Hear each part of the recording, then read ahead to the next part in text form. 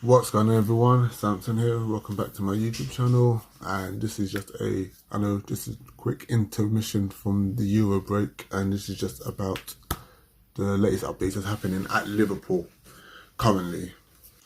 But yes, first things first, I want to say congratulations to Adrian, who has signed a new contract with us, a contract extension for I think another year.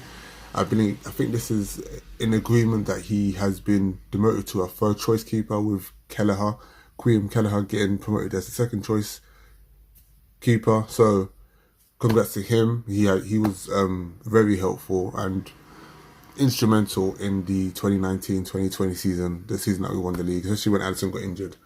First game of the season, especially with us winning the European Super Cup as well, on penalties, when he debutised. I mean, look, it's no easy task of replacing Alisson, and when he got injured, we all feared the worst. We thought that was our season done on the first game of the season, but Adrian came in. I don't think he had the clean sheet when he came in, which is a bit upsetting, but he did make a mistake or two, but he came in, done what he needed to do, helped us along the way. Could have been a lot worse. So salutes to Adrian and congratulations to Queen Kelleher on being promoted as the second choice keeper. Hopefully his progression now can go on and push Alisson. So not only can he improve his game and try and claim a starting spot, but it's not going to be easy because Alisson is like the world's best. But it can help. Hopefully, it helps elevate Kelleher's game. So, if the unfortunate was to happen and Alisson was to leave us, we know we have someone on standby, already at the club, ready to go. Because what you don't want is to be caught lacking in the keeper defense, in the keeping position. So yeah, salutes to Adrian.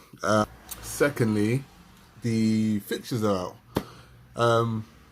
We start at home. We start first game of the season at home to Norwich, as like, a bit of a repeat of the 2019-2020 season, to be honest, but a bit weird.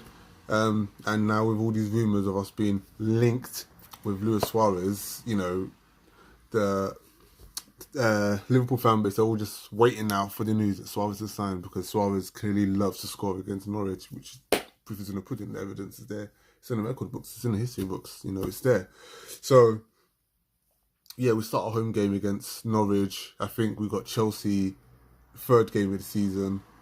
It's not going to be easy. Hopefully we can get some revenge for what's happened. And yeah, it's looking like it could be a hard task. We've got, I think, so if you look, that's towards the first half of the season. I need to double check the fixture list about where we are in terms of getting Man United, Everton, and Man City. But I know the month of May we've got Tottenham away in the month of May, and we end the season at home to Wolverhampton. Who knows, with a packed Anfield by then, because hopefully this fucking coronavirus thing will be dealt with or just be forgotten about.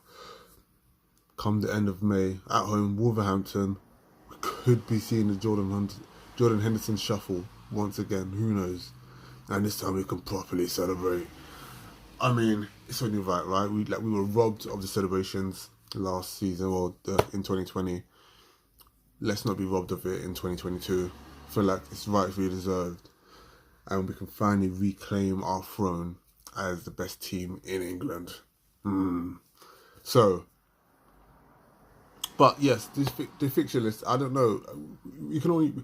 I do assume though, by the start of the season, there will be fans allowed in the stadium. And as the season progresses, God forbid there's another lockdown, but as the season progresses, I can see the stadiums being filled more and more and more and more and more. And hopefully, at some point between halfway and towards the end of the season, there could be full capacities now at football stadiums. So, fingers crossed for that. Also, speaking of stadiums, Liverpool have been granted a planning permission to extend the main road, which can see the main road end, which can see the capacity being raised to, I think it was 60-something thousand, which is going to be incredible. European nights at Anfield. Can you imagine under those lights? 60,000 fans singing "You Never Walk Alone." Oh, the goosebumps. Look, I don't know if you can see, but the goosebumps on my hair is already standing up. mate, it'll be incredible. Absolute scenes. Sorry about that. Absolute scenes. It'll be incredible. Can't wait. Honestly, it's going to be incredible. And the last order of business is the AFCON Cup of Nations. Now, before we even get to that, actually, going back to the fixtures, with the season starting on August the 12th, I believe, Egypt are going to be in Tokyo competing in the Olympics. The Egypt national team are going to be in Tokyo competing in the Olympics, which I think finishes August the 7th, and they want to take Mohamed Salah with them because obviously with national teams in playing football in the Olympics, you're allowed to take 3 players who are over the age of 23. So it's an under 23 tournament, but you're allowed to take 3 players over the age of 23 to help you represent. And obviously with Mo Salah being one of the world's best players and Egypt's best player, they want to take him. Now, I don't know what the agreements are because I'm not sure if they're allowed to just call him up and he has to go, or they have to get permission from Liverpool because it's not the official Egyptian national team. So I'm not sure what the process or protocols are for that, but they want to take him. Liverpool don't want them to take him. It's going to be a struggle because if he does, let's say Egypt get to, because I think when you go, even if you get knocked out, you've got to stay to the end of the Olympics. And the Olympics, I think, ends on August the 7th. And the Premier League season starts a few days after that, which means probably Mo Salah would, it starts July 22nd as well. So I think it means that Mo Salah would have no preseason training whatsoever or no preseason preparation, which means he will be rushing back, probably barely make it or be eligible to play for the first game of the season. And with a team that's fighting to become champions, you can't run the risk of starting without you can't run the risk of not having your best players available first game of the season, unless for whatever reasons, if it's injuries or whatever. But you can't not have the first team, your strongest first 11, especially someone like Salah. His goals were important. Imagine if we didn't have him last season. That game against Leeds would have lost. First game of the season at home. We definitely would not have been in the top 3. We would have probably finished 10th without Salah's goals. So it shows how vital and how important Mo Salah is to the Liverpool team. So us not having him first game of the season is very risky, especially when you've got a team like Norwich. But I don't know what the kinks are in all of this. Hopefully it gets resolved, and hopefully he's there first game of the season at Anfield against Norwich. But yes, African Cup of Nations is in January 2022 next year, and it could mean that we run the risk of losing Keita, if he's still there, Salah and Mane for at least a month, or for 4 very important Premier League games. If we're in FA Cup, it could be 2 games. If we're still in the Carabao Cup as well, then it'll be another 2 games. So it's probably 6-7 games we can be without them for. It's very, very, very, very, very risky. Personally, I don't see why obviously the African Cup of Nations was postponed from 2020 because of the coronavirus. I understand that, but I don't understand why they have to have it midway through the season. I know it's always been like this, and Liverpool have been fortunate that they've not had too many African players over the years up until now. So when it happened with Chelsea, I was laughing. I'm not going to lie, but now that it's happening to us, I would have hoped they would have been some sort of resolve and they would have moved it to the end of the season. Imagine the Copa America being in January. It's ridiculous. So I don't know why the African Cup of Nations are in January, but it is what it is. All that means is that we need to find some reinforcements to stand up, because without Salah, Mane and Keita, if he's still there, it just leaves Jota, Firmino up front.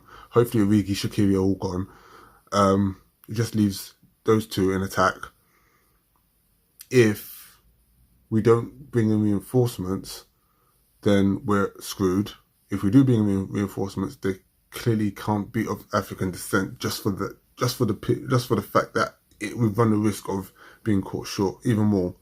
So I don't know what's going to happen in terms of recruitment process. Obviously, we've got in Konate defence, but we still need to bolster our attack. Fingers crossed. Obviously, the transfer window's open, so we're still looking. But who knows? Klopp and Mike Edwards could find some hidden gems in the Euros. Hopefully, the prices won't be inflated. And yeah, but yeah, that's the Liverpool news for the moment. I will continue to keep you guys updated as much as I can, but for now I'm just focused on the Euros every day, every match day. So yes, don't forget to hit the subscribe button, hit the like, notification bell, leave a comment. Are you worried about the fixture, first game of the season against Norwich? Are you rubbing your hands? Do you think it's going to be our season? Let me know. Anything, let me know, guys. And I will see you again next time. Peace.